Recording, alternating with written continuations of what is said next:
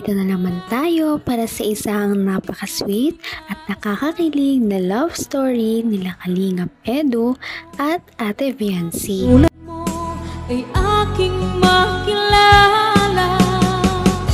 at kung ano Sa pagpapatuloy ng ating love story ay makikita na naman natin dito sa video na ito ang kanilang mga kilig moments sa pagpunta nila sa Hong Kong. Sobrang dami talagang nangyari doon at hindi talaga nila iyon makakalimutan dahil napakarami nilang pinuntahan doon at mga na-meet na kanilang mga fans. Ngayon naman sa video na ito ay makikita ninyo ang napakaraming kilig moments dahil nag-usap na sila ng masinsinan dahil ito na ang kanilang vlog. Huling vlog sa Hong Kong.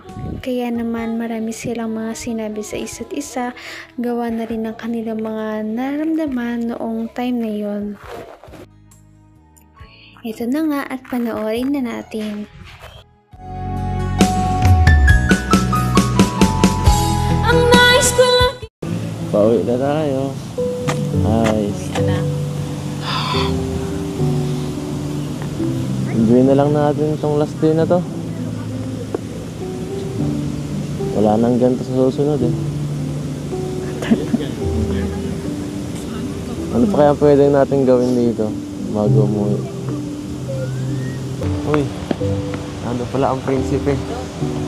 Huling lakad bago umuwi. Susulitin ko na ang pagod na to. Kahit pa 1 kilometro, kahit pa 10 yan, 100. Okay lang, kahit mapagod pa. Basta kasama ka. Wow. Si King George. Uy, ano ba ang meron kay King George?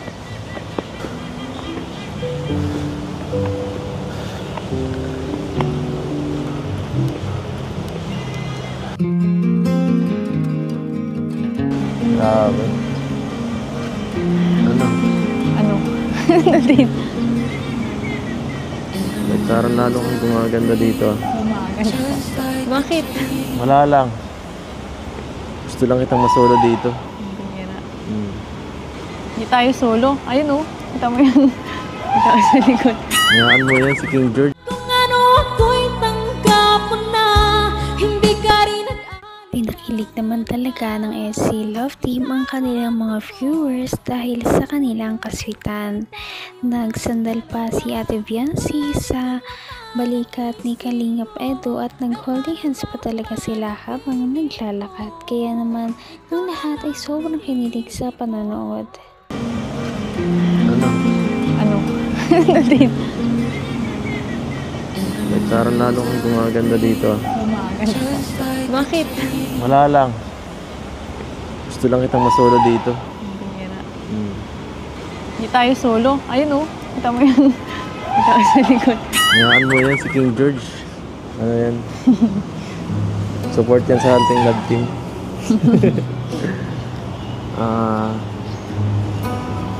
Ako lang ba? Mas lalo kang gumaganda dito sa Hong Kong ah. Hindi ba? Hiyang ka dito ah. Ano nangyari sa kamay mo? Ba't nagpapawis? Nagpapawis baga ang kamay mo? Isiman baga talaga yan. Nagpapawis ang kamay mo. Ano nangyari? Nilalamig ako siguro. Ano pa bang nilalamig? Ay, halika nga.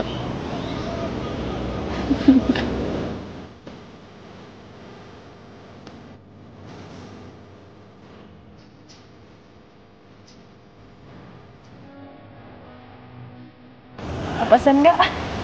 Bakit? Pagod ka na? Kasi hindi mata kaya. Kaya Ito mo. ka?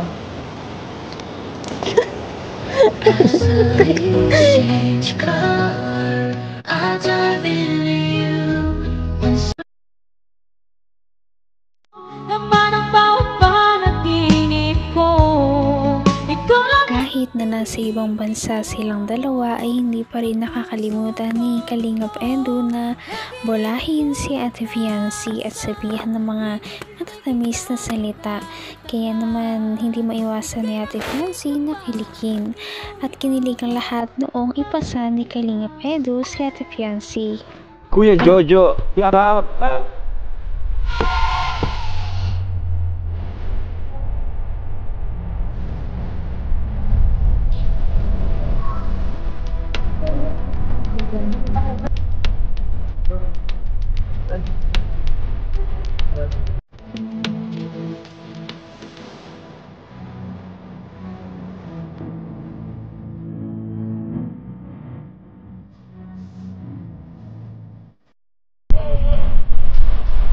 thank you Kuya Jojo ha. Okay, ingat kayo ha. Thank you po sa pagkatid. Hintayin po namin sila Papa. Baka po kumaya, masundo ko kayo pag Ay, sige po. Thank you po. Kaya lang, ano yan, mga alas 9 na yun, ano? Hindi ko lang po alam. Hintay kayo ng fireworks, di ba? Tapusin po namin to. Sayang nga, susulitin namin. Magandang ano dyan. Okay, ingat kayo. Ingat po Kuya. Way my hands feel on your body. Grabe, sakto ang aking jacket guys. So ayun guys, hintayin po namin sila Kuya Bal dito kasi natid po kami kaya maaga kami nakarating dito.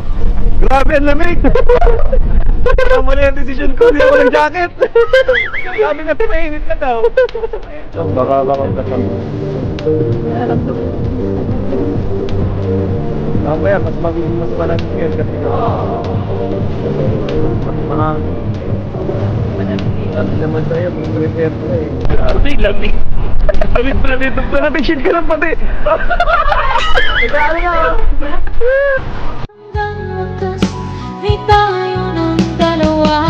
Palagi kang naman ang isip ko. Napaka-sweet naman ni Kalingap Edu dahil asikaso talaga niya si Ate Fiancy. Inaayusan niya pa ito ng buhok at sa simpleng pagkaayos ng jacket kay Ate Fiancy ay kita rin na na-appreciate na ito at kinikilig din siya sa mga ginagawa ni Kalingap Edu.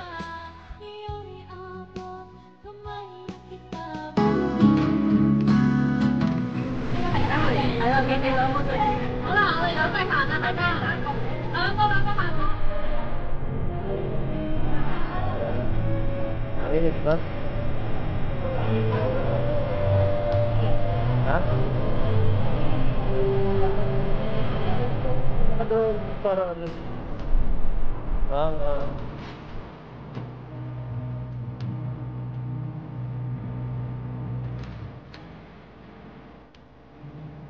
So ayun mga kalingap, kompleto na po kami at papasok na po kami dito.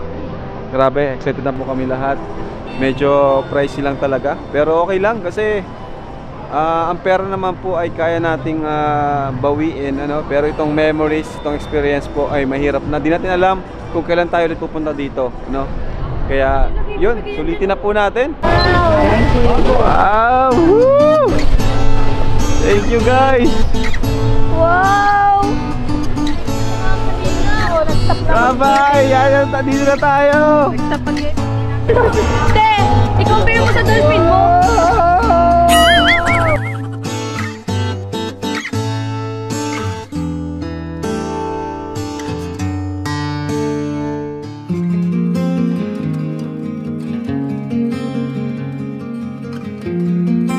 Ready ka na? Sumakay? Sobrang nakakalungkot talaga dahil dumating na rin ang araw na kailangan na nilang umuwi pabalik ng Pilipinas. Ngunit kahit ganun ay syempre masaya pa rin sila kahit papano dahil naranasan nila ang mga ganitong bagay sa pagpunta nila sa Hong Kong. Lalong-lalo na si Ate Fiancy dahil first time na ito. Napaka-sweet talaga nila at napakabait ng tambalang ito kaya marami sumusuporta.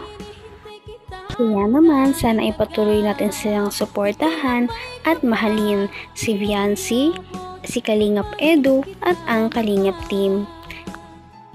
Yun lamang at maraming salamat sa panonood. Abangan natin kung magkakatuluyan ba talaga si Kalingap Edu at Fiancy. Hanggang sa muli! Bye! Ngayon'y abot